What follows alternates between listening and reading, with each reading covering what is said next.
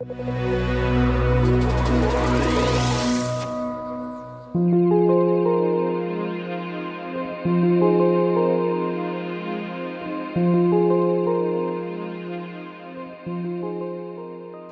primer lugar, les voy a decir que no estoy de acuerdo en muchas de las cosas que se dijeron respecto del secreto profesional en el día de ayer.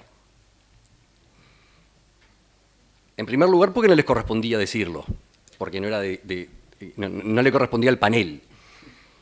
Y en segundo lugar, porque no se asusten, no estoy a favor de levantar el secreto profesional ni nada que se le parezca. Digo, no estoy de acuerdo porque me parece que no es un problema futuro, sino que es un problema actual. Y salvo que me haya pasado solo a mí, que no creo, y estoy seguro que no, digo, es un problema actual el del secreto profesional. No es lo que va a pasar con este nefasto proyecto de ley, uno más respecto del lavado de activos. Es lo que nos pasa hoy todos los días. Por supuesto que ni en todos los juzgados, ni con todos los jueces, ni con todos los fiscales, pero pasa y mucho. Entonces, digo, creo que es con lo primero que tenemos que empezar. Es decir, yo estuve presente con mi amigo y socio Gastón Chávez en una audiencia, no en 2008 o en 2001, no, este año, en donde un colega estaba declarando, ¿no? Y entonces, obviamente, cuando le empezaron a preguntar sobre cosas de su cliente, dijo, me amparo en el secreto profesional. Y no pasaron ni 5 segundos en el que la señora juez dijo, lo relevo del secreto profesional. Como nosotros sabíamos que podía pasar eso y sabíamos lo que, digo, ya estábamos preparados, sí, íbamos a decir que no, ¿no? Bien. Y este mismo año también a mi amiga y ahora también socia del estudio, la doctora Beatriz Escapucio, le pasó exactamente lo mismo, pero con un agravante, en que, declarando un colega profesional, dijo, me amparo en el secreto profesional, ¿no? Un abogado. El juez, en este caso, juez hombre, en 5 segundos le dijo, lo relevo del secreto profesional, un poco como la varita esa que decía Gastón, ¿no? Pero fue peor, porque el abogado le dijo, pero doctor, usted no me puede relevar el secreto. ¿Cómo que no? Sí, lo puedo relevar. Y ahora vamos a ver cuáles son los argumentos que él manifestaba. Y el abogado, un poco en esa cuestión que todavía nos queda a veces, le dijo, ¿y qué pasa si yo no le contesto? Lo proceso por desacato. ¿Es así o no es así? Perfecto. Entonces, cuando nosotros decimos lo que va a pasar, de que si viene este nuevo proyecto de ley y demás, digo, yo creo que no estoy de acuerdo con eso. Lo tenemos ahora el problema, con la actual legislación. Y para colmo, creo que el Código del Proceso Penal nuevo, y eso es el final, siquiera lo termina de solucionar. El secreto profesional, obviamente, no voy a decir nada nuevo, desde el punto de vista del abogado se puede ver de dos formas, o sea, tanto lo que tiene que ver con el derecho a la intimidad, la privacidad, pero también lo que tiene que ver, y mucho y muy importante, con el derecho, ¿no?, el ejercicio de la defensa. Y, por supuesto, el de las garantías mínimas para poder ejercerla. Todos estos derechos son de raigambre constitucional, se pueden considerar derechos fundamentales y, por tanto, reconocidos tanto en nuestra Constitución como en todas las convenciones que Uruguay ha firmado y ratificado. Tampoco digo nada nuevo si afirmamos que, además de ser consagrado constitucionalmente, perdería toda eficacia si el cliente no tuviera la certeza. Imagínense lo que sería, ¿no?, que un cliente nos venga a ver al estudio y diga, le cuento todo, no le cuento todo, ni que hablar esta discusión que se está planteando ahora, que es absolutamente hasta ridícula también. Bueno, pero usted hoy es asesor, todavía no está ejerciendo mi defensa. ¿Cuándo va a empezar a ejercer la defensa? Como que ahora parecería que si el abogado lo dividimos en abogado, asesor o defensor, entonces ahí sí podemos hablar de esto, ¿no? Tampoco les voy a decir nada nuevo si les digo que el secreto profesional no solo está integrado por lo que el cliente nos dice, no solo está integrado por lo que el cliente nos envía hoy por hoy, los WhatsApps de los que se habló recién, ¿no? Los correos, las cartas, pero también los documentos, las fotos, los que nos dice de él, los que nos dice de terceros, ¿no? Y por tanto, y a título de adelanto, de algo que tal vez también va a hablar Marcelo, ¿no? Esa carpeta que acostumbramos a tener los abogados, a veces con un nombre o con un número, es por supuesto integrante de nuestro secreto, en el que puede haber o un falso, como le llamamos, expediente, pero también puede haber otras cosas, una lista, teléfono, fotos, o pruebas que no quisimos agregar. Esas carpetitas que tenemos nosotros en nuestro estudio, por supuesto que integran el secreto profesional. Y acá viene una primera pregunta que nos hacemos y que la vamos a responder al final. El profesional, y cuando decimos el profesional me refiero a todos, no solo al abogado, ¿no? Me refiero a todos los profesionales. Tienen el derecho y o la obligación de guardar. Es un derecho, una obligación, es las dos cosas, ¿no? ¿Qué pasa con el abogado? Lo mismo que pasa, por ejemplo, con el médico. Es un confidente necesario. ¿Por qué? Porque no es que el cliente nos viene a comentar a nosotros algo porque tiene ganas de desahogarse. Muchas veces es cierto, sí, tiene ganas de desahogarse, ¿no? Viene a plantear algo que no tiene sentido. Pero bueno, pero en general lo que nos comenta es, pasamos a ser ese receptor necesario del que él nos va a comentar, ¿no? Entonces, estamos ubicados en una particular posición nosotros, como abogados, frente a lo que nos dice esta persona, y por eso el profesional tiene el deber de guardar dicho secreto y el deber de defender dicho secreto de quien quiera vulnerarlo. Rápidamente, porque ustedes lo conocen, ni que hablar, vamos a ver desde el punto de vista de la intimidad y de la privacidad, los artículos que corresponden, el artículo 28 y por supuesto el 72 de la Constitución. Esto arranca hace muchos años también, ¿no? En la Declaración Universal de Derechos Humanos, el artículo 12 ya decía que nadie será objeto de injerencias arbitrarias en su vida privada, su familia, su domicilio. Estamos hablando de 1948. Todo esto, por supuesto, fue ratificado después en el Pacto de Derechos Civiles y Políticos de Naciones Unidas, gran olvidado, que está ratificado por ley también por Uruguay. Siempre hablamos del Pacto de Costa Rica y nos olvidamos que mucho antes y muchísimas cosas que están luego repetidas y reiteradas en el pacto, ya las decía esta convención. Bueno, ni que hablar el artículo 11 de la Convención Americana de Derechos Humanos. Y en lo que tiene que ver con el derecho de defensa, y bueno, desgraciadamente no hay demasiadas normas constitucionales. Siempre tenemos que hablar, bueno, Gastón hablaba del artículo 20, y de ahí tenemos que inferir que el artículo 72, como decía en las clases Langón, claro, de ahí sacamos todo lo que queremos hacer que diga la Constitución, lo dice el artículo 72, pero no hay, eso es cierto, no hay una... o artículos claros que digan, ¿no? en la Constitución lo que es el derecho de defensa, cuáles son las garantías específicas, la privacidad, el secreto, no está en la Constitución. Hemos reformado, hasta hicimos la reforma del agua, pero en general esas cosas no nos preocupan demasiado y por ahora las seguimos sacando de artículos en general. Sí aparece el artículo 8 del Pacto de Costa Rica, el artículo 8, garantías judiciales, que dice algo muy claro respecto de que el inculpado, que el derecho del inculpado de defenderse personalmente o de ser asistido por un defensor de su elección y de comunicarse libre y privadamente con su defensor. Claro que cualquiera que quiera hacer una interpretación restrictiva de esto me va a decir que este artículo, cuando habla de las garantías judiciales, refiere a la persona en proceso.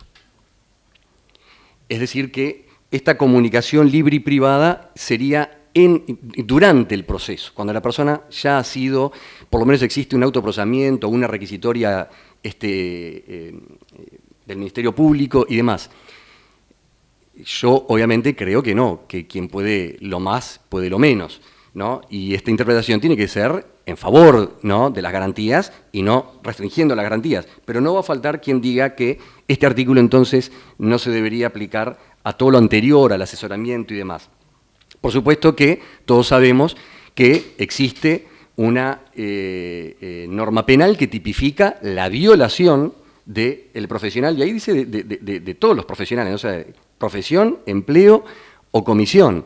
Y esto además ha sido entendido en forma muy amplia, o sea, no solo el abogado, sino también la secretaria, el procurador, ¿no? Bueno, y ni que hablar que acá está el famoso cura, el psicólogo, el terapeuta de los que se han hablado, y de que ahora vamos a ver si se puede relevar o no. Documentos excluidos del secuestro, dice el artículo 213, también a veces es un artículo que no lo traemos a colación. Dice que no pueden secuestrarse las cartas o documentos que se envíen o entreguen a los defensores para el desempeño de su cargo.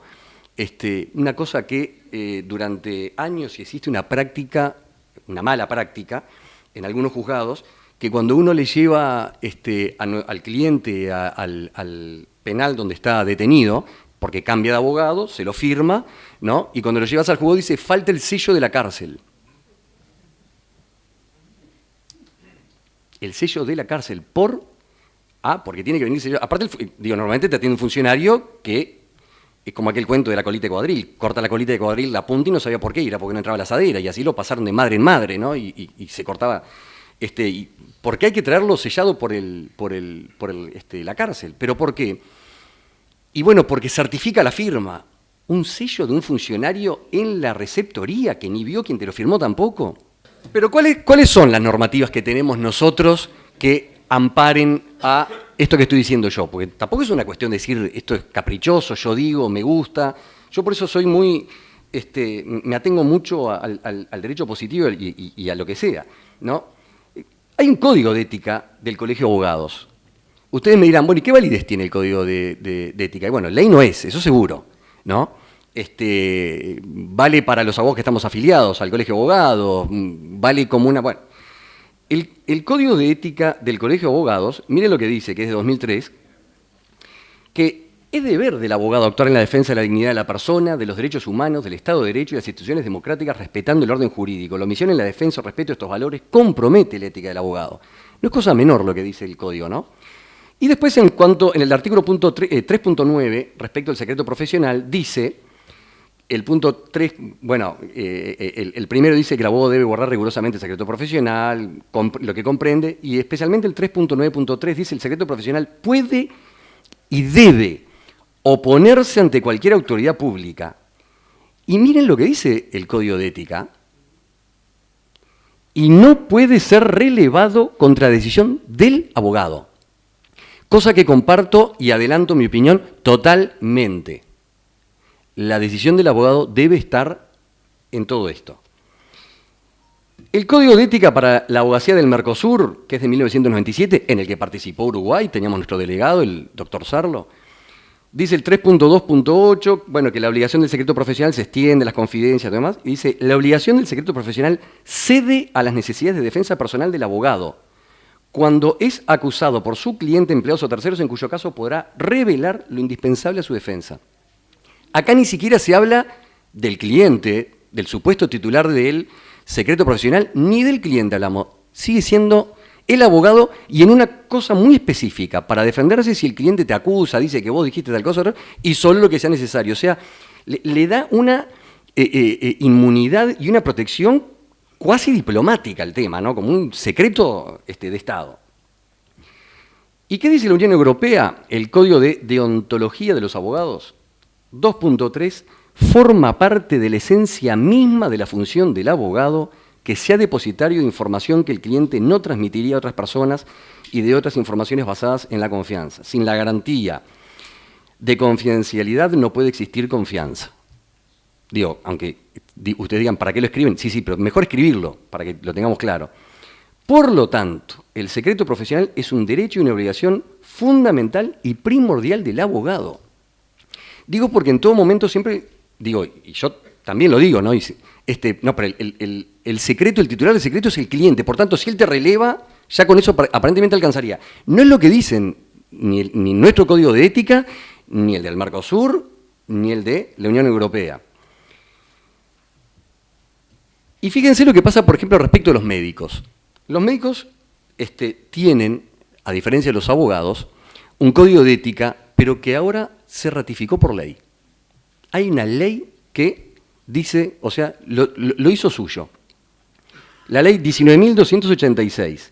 Y miren todo lo que dice respecto al médico. Es deber del médico como profesional de salud seguir los siguientes principios. Respetar el derecho del paciente, y por ahí abajo dice que no podrá revelar sin autorización expresa del paciente. Acá sí se le pone énfasis al paciente. El artículo 20 de dicha ley dice que el médico tiene la obligación de guardar secreto ante terceros de la consulta y de todo aquello que se le haya confiado. Reitero, es una ley, ya el médico no puede elegir, no puede decir yo no estoy afiliado al sindicato médico, no es una ley, ¿no?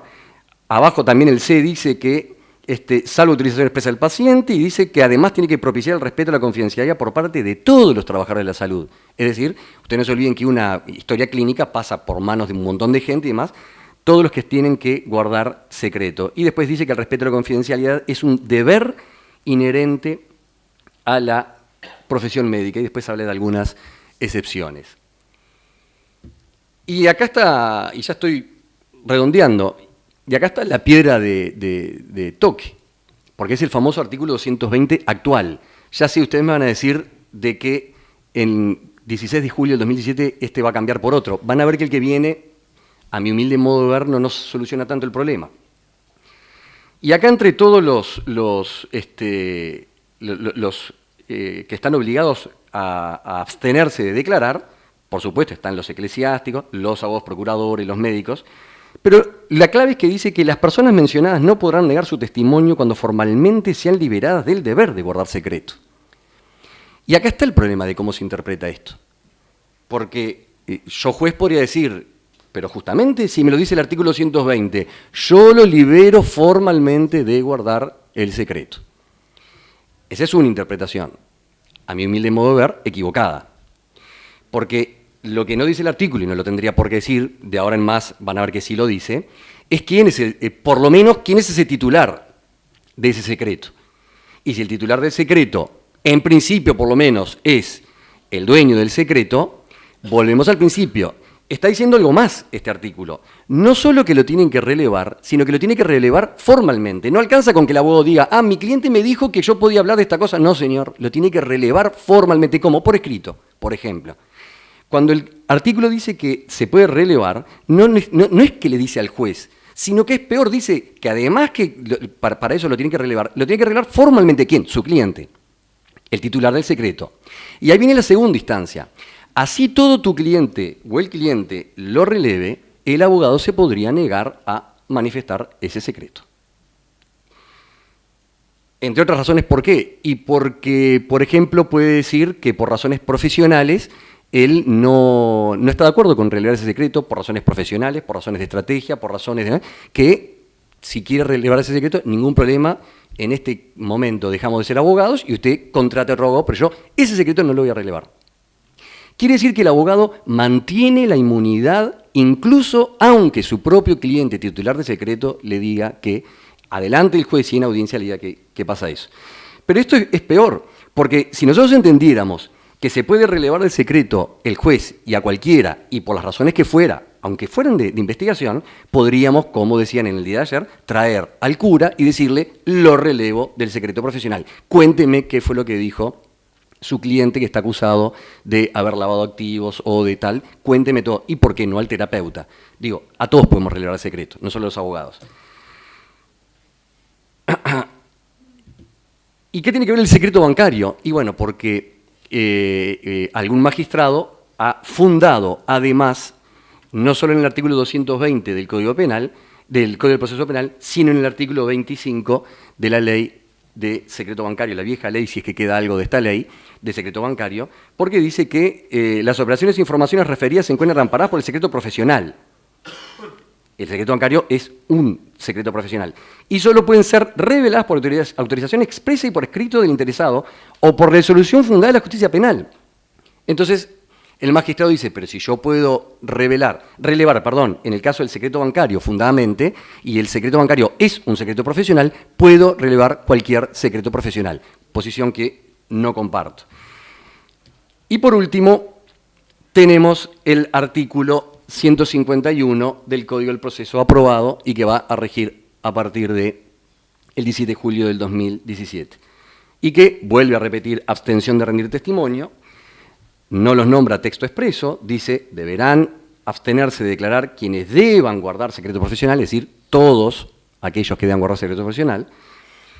Dice, Los vinculados por el secreto profesional no podrán ser obligados a declarar sobre lo conocido por razón del ejercicio de su profesión, salvo los casos en que la ley disponga lo contrario. Y ahí me mató el código. ¿Por qué? Y bueno, porque si aparece una ley que disponga lo contrario, ¿no? Como ya apareció con los escribanos, que va a hablar el doctor Marcelo Domínguez, ¿no? Entonces mañana aparece una ley que disponga lo contrario en materia de abogados, primero los asesores, después en defensa y se termina el problema. Y pasado, los eclesiásticos, aparece una ley que dispone lo contrario y se termina el problema. Digo, y yo creo que la ley no puede disponer lo contrario. La ley no puede, y por lo menos no lo escriban, no puede disponer o sea, no puede decir que puede haber una ley inconstitucional. No lo puede decir, no lo escriban en un código, ¿no? Aunque, por lo menos, en materia de avance, dice que no podrán negarse a tirar cuando sean liberados del deber de guardar secreto por quien se los haya confiado. Por lo menos, ponemos un punto final a ese tema. O una ley o quien nos haya confiado. Por lo menos hay un avance en lo que tiene al respecto. Para terminar, me parece que hay cosas que podemos discutir, pero hay cosas que no. El otro día hablaba con un colega y me dice, sí, lo que pasa es que todo es discutible. Y yo es con lo que quiero terminar. No, todo no es discutible. Hay cosas que nuestros maestros nos enseñaron que no son discutibles. Yo no puedo discutir el principio de legalidad. Usted me dice, bueno, pero eso... No, pero hay cosas que no son discutibles. Y tampoco me permito discutir el derecho de defensa ni las garantías judiciales. No lo voy a discutir. Yo no me permito discutir eso. Y como no me permito discutir eso, no me permito discutir sobre la posibilidad de que una ley releve del secreto profesional. Muchas gracias.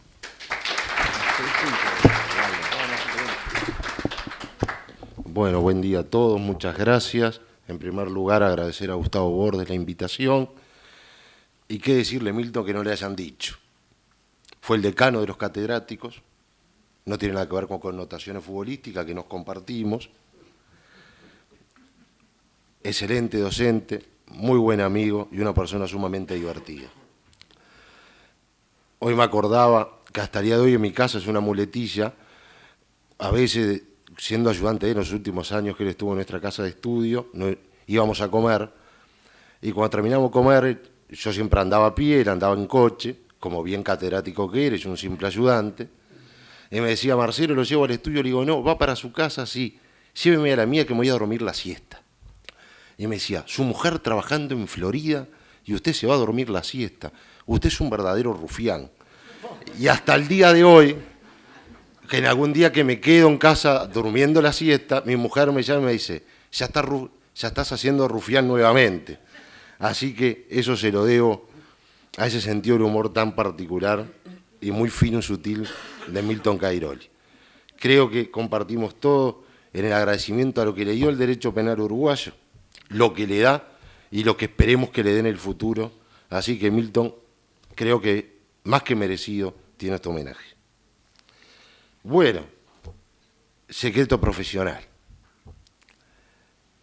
Es claro que en el derecho penal vivimos una expansión. Expansión desde el punto de vista sustantivo que viene a partir de aquellas convenciones internacionales que nos imponen los países referentes y que nuestro país pobre acata sin chistar, y no solo lo acata, sino que lo acata hasta en demasía porque impone obligaciones o normativas que las propias convenciones no lo estipulan como tal. Por ende, hacemos el mandado bien y hasta más de lo que nos piden. Y eso trae aparejado una serie de normas de carácter intrusivas en la intimidad de la persona, siempre bajo el manto o el pretexto del interés general, un argumento sumamente manido, pero que es totalmente vacío de contenido, porque no hay ningún proyecto de ley o normativa que fundamente efectivamente o motive el porqué. ¿Cuál es ese verdadero interés general para violar derechos fundamentales como la intimidad de las personas? Lo que se ve reflejado en esta nueva legislación de lavado de activos o combate al narcotráfico o al terrorismo, cuando trae aparejado los mecanismos proactivos de investigación, que muchos riñen la más absoluta moral que tiene que tener el Estado en la persecución de los delitos, ya que motiva hasta la delación premiada y aplica mecanismos proactivos de investigación como interceptaciones telefónicas, de mails, correos electrónicos, en clara violación de mandatos constitucionales, pero amparados con ese vacío, pero ese ya es un eslogan, es una especie de eslogan vacío de contenido que es del interés general. Y ahora el Poder Ejecutivo reenvía nuevamente un proyecto de ley contra el lavado de activos, proyecto de ley integral contra el lavado de activos, que dice que quieren hacer un proyecto de ley robusto. Yo digo, más que robusto es un proyecto de ley gordo, obeso. ¿Por qué? Porque ya no da para más la legislación penal. Ya hemos perdido todo el horizonte.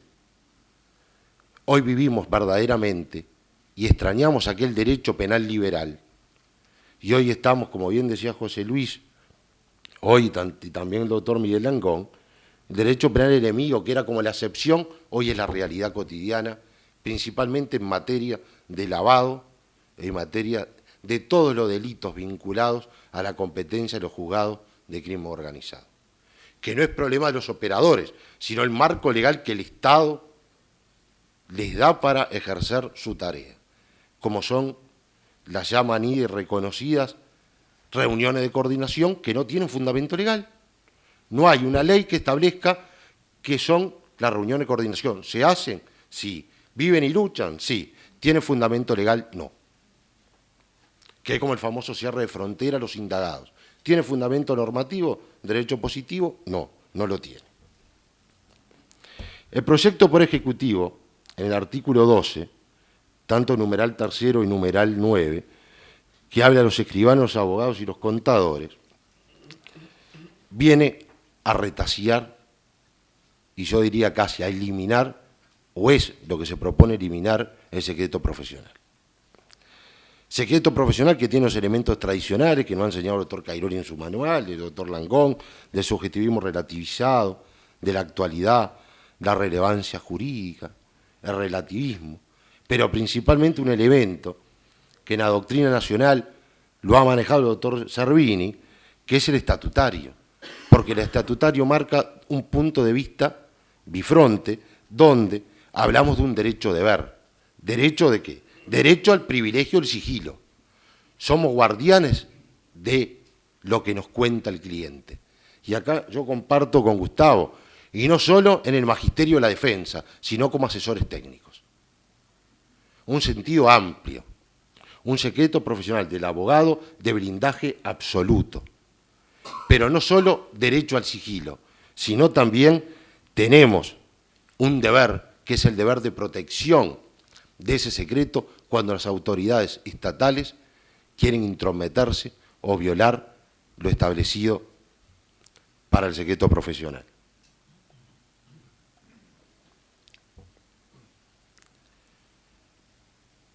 Centrándome en el secreto profesional de los escribanos, existe efectivamente el secreto profesional del escribano.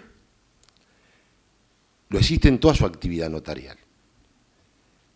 Lo que sí tiene en su espalda es la carga que le impone la ley 18494 de denunciar aquellas operaciones sospechosas, poniéndolo dentro de los sujetos obligados en clara violación de ese secreto profesional. Pero que ahí, lamentablemente, hay que reconocer que los escribanos, vinculados a su rol de sujeto obligado, el secreto profesional se diluyó, se licuó. No lo tiene en ese momento. Lo podrá tener para toda la otra actividad notarial, sea como destinatario de fe pública, como asesor, porque el escribano asesora a su cliente, como contralor de legalidad de actos jurídicos, pero también está obligado a denunciar. Lo que creo que rechina los oídos de todos porque se da de bruces con un principio deontológico de la profesión. El profesional tiene secreto profesional. No es de él, es de su cliente, es de su consultante, no es propio nuestro. Nosotros somos guardianes de ese secreto, pero el secreto pertenece a los clientes. Y no hay forma que se pueda revelar salvo que el cliente lo consienta expresamente su revelación.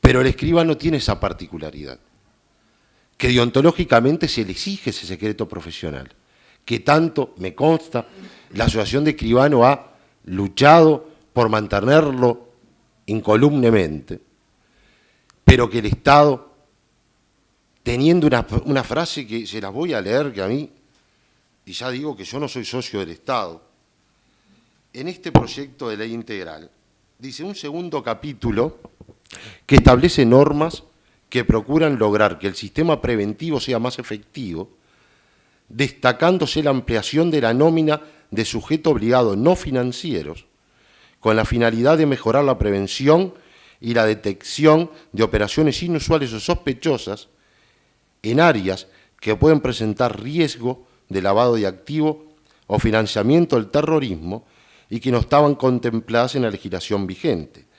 Es así que determinados sujetos, que si vamos al proyecto de ley, centrándolo en nosotros, escribanos, contadores y abogados, más un elenco mucho más amplio, por las actividades que realizan, se encuentran en una posición que los convierte en socios del Estado en la lucha contra este flagelo. Yo no soy socio del Estado y no lo quiero ser.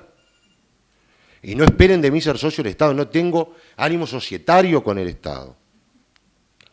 Y si piensa que le voy a dar el consentimiento, está viciado porque yo no se lo doy. ¿Pero por qué está viciado? Porque el Estado pretende con este proyecto de ley obligarme bajo sanción pecuniaria de hasta 20 millones de unidades indexadas que yo revele información de mis clientes. A todos los que estamos acá. Porque no nos olvidemos que lo que hoy son fiscales y son jueces, el día de mañana pueden volver a ejercer esta digna profesión, porque en el fondo son abogados todos. Por ejemplo, el caso de Tora Capullo, se jubiló del Ministerio Público y se enroló para el lado de los buenos, o de los malos, depende cómo lo mire. ¿Eh? Pero yo no quiero ser socio del Estado, no me obliguen a ser socio del Estado. No pretendan que violemos principios deontológicos y verdaderos de un Estado democrático de derecho en aras del combate, o como dice en este proyecto, robusto. ¿Qué quiere decir con robusto? Cada vez más sujetos obligados, cada vez particulares haciendo la tarea que tiene que hacer el Estado. Que el Estado asuma su obligación si lo quiere combatir, pero no pretendan que civiles que tienen una carrera universitaria se conviertan en funcionarios estatales sin dar su consentimiento. Sin remuneración. Sin remuneración. Bien, Miguel.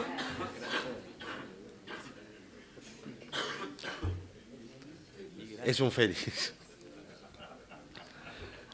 En definitiva, no sé cuánto estoy de tiempo. 5. El secreto profesional del abogado, me centro en esto. Constitucionalmente oponible al mandato de cualquier autoridad pública. Ningún magistrado de la República me va a poder relevar de secreto profesional. ¿Por qué? Porque no me pertenece a mí, pertenece a mi cliente. Y ante una intromisión de un funcionario que quiera revelar secreto profesional, no lo va a poder hacer, y si insiste, habrá que bancar las consecuencias de a pie, como decían los viejos alemanes, todavía quedan jueces en Berlín, tendremos que decir, todavía quedan abogados en Montevideo que defienden a rajatabla un principio incolumne que nos viene de mandatos constitucionales y de normativa internacional. Abarca no solo al defensor en materia penal, también van a abarcar el abogado que es asesor. Obviamente que va a haber limitaciones que se las digo en breve, porque hay que tener en cuenta que el abogado somos confidentes necesarios. La gente no nos va contando cosas en la vida porque quiere revelar su intimidad. Nos cuentan porque es necesario contarnos. Y abarca no solo, como yo digo, no solo el magisterio de la defensa en juicio, sino que abarca cuando vamos a un casamiento, un cumpleaños de 15, y viene alguien que sabe que usted es abogado y le dice, ay, usted es abogado, no, sí. Y entre algunas copas de más, yo le quiero contar mi problema. Y a usted le cuenta su problema, como se lo contó en su rol de abogado, usted tiene que guardar el sigilo de eso que se lo contaron al pasar, que aunque usted no quería escuchar, que nunca va a percibir honorarios, pero que llegó a sus oídos, no por ser fulano de tal, sino por el rol de abogado. El estudio jurídico tiene una protección cualificada.